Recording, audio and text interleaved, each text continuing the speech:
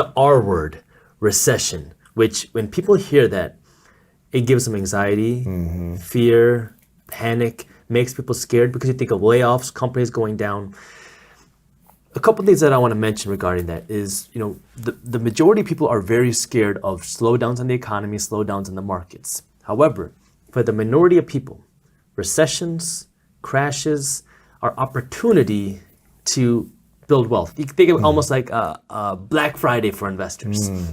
So the first point that I want to make regarding that is some people will use slowdowns as an opportunity to build immense amounts of wealth. More millionaires are made during recessions than any other time.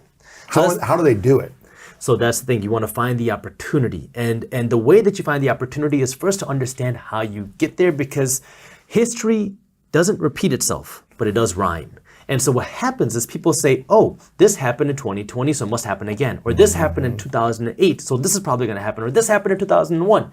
That's not how it works. You have to understand what happened and how you're getting to where you are right now. That way you can look for the new opportunity, because the opportunity is going to be similar but different. And you want to be ready when times are okay and good and prepared. That way when things go bad, you can come in and pounce on the opportunity and take advantage of it.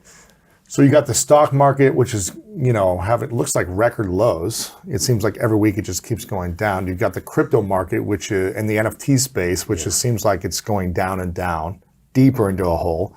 You've got the housing market, which seems like it's starting to take a turn and might pop in this bubble. Where is the biggest opportunity right now? So let's talk about how we got here so you can see where the opportunity will be. So in the past, for the last number of decades, anytime you saw an economic slowdown, the response was to create inflation. The response was to stimulate. So go back to 2001. When the dot-com bubble burst, we saw interest rates get cut. There was stimulus by the Federal Reserve Bank. So anytime you inject more money into the economy, it creates inflation. Same thing happened in 2008. The 2008 real estate bubble burst. And then we saw a new quantitative easing. We saw cutting of interest rates. More money was injected into the economy. Same thing in 2020 on a much bigger level. 2008 was the largest quantitative easing in the history of time, and 2020 blew past that. It was like 5-10 times more, it was right? Significantly more. And so what happens is when you create more money, it reduces the value of your dollars. This is what inflation is. Inflation comes from the word inflate. So what we print a lot of money to put it into the economy, right? New money, which creates inflation, correct? Right, and the value of your dollar goes down, causing the price of things to go up. So when 2020 happened, we started printing more money and injecting this into the stock market, into corporations, and into people in the form of stimulus checks and unemployment. So what did that do? Well, in 2020, we saw the fastest and most severe stock market crash in history. It exceeded the rate of the Great Depression. Wow. And then what happened? The Fed opened up the money printer and boom, shot right back up. It was the fastest stock market growth in the history of time. Which, if you think about that, we had the fastest stock market crash in the history of time, and then we had the fastest stock market recovery in the history of time. How is that possible?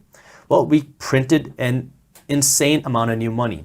And when that happened, we created something called unlimited quantitative easing, where they essentially just said that they would print and do whatever it takes to help recover markets. Well, when you start printing all of this money without producing more products, because now remember the world is shut down, what happens?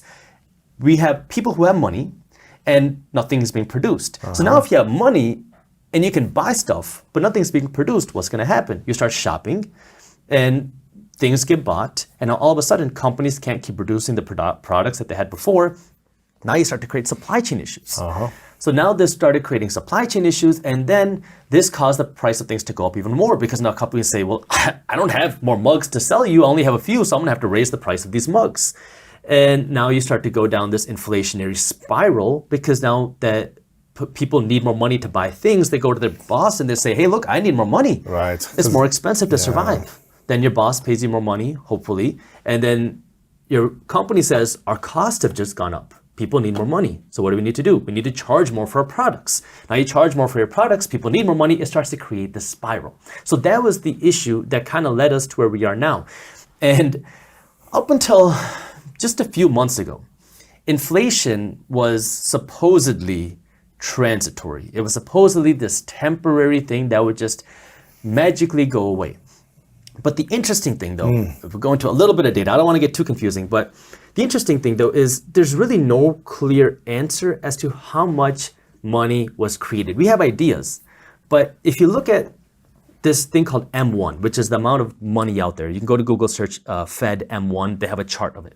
And what you'll see is that in the beginning part of 2020, there was just under $4 trillion of money out there, M1.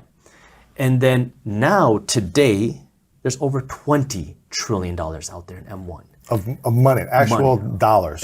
Now, let me say, the reason why I'm saying it this way is because when the pandemic hit, the Fed started creating more money, but they also changed the definition of money. M1, which is the definition of money out there, as soon as it started opening and quantitative easing, they changed the definition of it. Why? Now, there's no real answer for this, but my guess would be that if people knew exactly how much money was printed by the Fed, then people would be more of an uproar of what's going on, because then they would see, holy cow, you're printing all this money, making businesses rich, making investors rich, making regular people poorer, because inflation disproportionately hurts the financially uneducated and the financially poor, because guess what? Now, your gas is more expensive, your groceries are more expensive, your rent is more expensive, but your wages aren't keeping up with it. Unless you had a 20% wage increase, your cost of living is probably outperforming your wages. So that's what's happening in terms of money. If you enjoyed this short clip from my longer videos, here's another clip that I think you'll love. And while you're at it, if you're interested in learning more about how to start generating passive income, our team put together an amazing guide on how to start generating passive income for free. All you gotta do is click that button right over there. Thank you for watching, and as always, keep hustling.